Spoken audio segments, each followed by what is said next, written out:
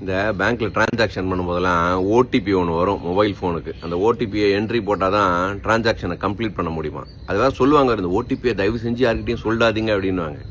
இந்த ஓடிபி மாதிரி தான் நம்மளுடைய லைஃபும் கூட. இந்த ஒன் டைம் பாஸ்வேர்டு மாதிரி அந்த பாஸ்வேர்டு, அந்த ஒன் டைம் பாஸ்வேர்டு நம்பர் இருக்குது பார்த்தீங்களா, அது அந்த கோடு, அந்த நம்பர் வந்து ஒரு தடவை தான் யூஸ் பண்ண முடியும், இல்லைன்னா எக்ஸ்பைரி ஆகிடும். லைஃப்பும் அதே மாதிரி தான், ஒன் டைம் கோடோட தான் வருது. எல்லாருக்கும் ஒரு நம்பர், ஒரு கோடு இருக்குது, ஒரு பர்பஸ் இருக்குது. அது என்னன்னு கண்டுபிடிச்சி நம்ம வாழ தெரியணும். அப்போ வாழ்க்கையை வந்து அதோடைய அர்த்தம் என்ன, நம்ம எதுக்காக வாழறோம் அப்படிங்கிறத தெரிஞ்சு நம்ம யூஸ் பண்ணணும் அந்த நம்பரை. அதை நம்ம யூஸ் பண்ணல அப்படின்னா எக்ஸ்பைரி ஆகிடும். கரெக்டு தானே? 2 நிமிஷத்தில் எக்ஸ்பைரி ஆகிடும்.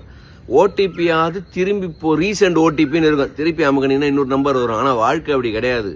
ஒன் டைம் தான். இந்த ஒன் டைம் லைஃப்பை கரெக்டாக வாழ தெரியணும். கரெக்டாக வாழலை அப்படின்னா அது எக்ஸ்பைரி ஆகி போயிடும். கரெக்டு தானே? அதுக்கு வந்து இந்த ஓடிபி இருக்குது பார்த்தீங்களா, இது இன்னொருத்தங்களுக்கு வந்து டிரான்ஸ்ஃபர் கூட பண்ண முடியாது, இன்னொருத்தங்களுக்கு கடனாக கூட கொடுக்க முடியாது. உங்கள் வாழ்க்கை, உங்கள் பர்பஸ், நீங்கள் தான் வாழணும். அதனால தான் ஓடிபினா ஒன் டைம் பாஸ்வேர்டில் இந்த லைஃப் இருக்குல்ல, ஒன் டைம் பர்பஸ்ன்னு கூட நம்ம சொல்லலாம். ஸோ நம்ம வாழ்க்கையோடைய பர்பஸ் என்ன, நம்ம எதுக்கு வாழறோம், நம்ம எப்படி வாழணும் அப்படிங்கிறத புரிஞ்சுக்கணும். நிறைய பேர் வந்து வாழ்க்கையில் ஏதோ வெயிட் பண்ணிட்டு இருக்காங்க, ஏதோ பெருசாக நடக்கணும்னு, இல்லை வாழ்க்கையை வேஸ்ட் பண்ணிட்டு இருக்காங்க. இதெல்லாம் பண்ணிங்கன்னா சீக்கிரமாக எக்ஸ்பயர் ஆகிடும். ஏன்னா பிறக்கிற ஒவ்வொருத்தரும் ஒரு எக்ஸ்பைரி டேட்டோடு தான் பிறக்கிறோம். அதனால் வாழ்க்கையை நம்ம எதுக்கு பிறந்தோம், ஏன் பிறந்தோம் அப்படிங்கிறத தெரிஞ்சு அதை கரெக்டாக புரிஞ்சு நடந்ததுன்னா வாழ்க்கை சுவாரஸ்யமாக இருக்கும். நீங்கள் என்ன நினைக்கிறீங்க இந்த ஓடிபி பற்றி? கமெண்ட் பண்ணுங்கள். தேங்க்யூ.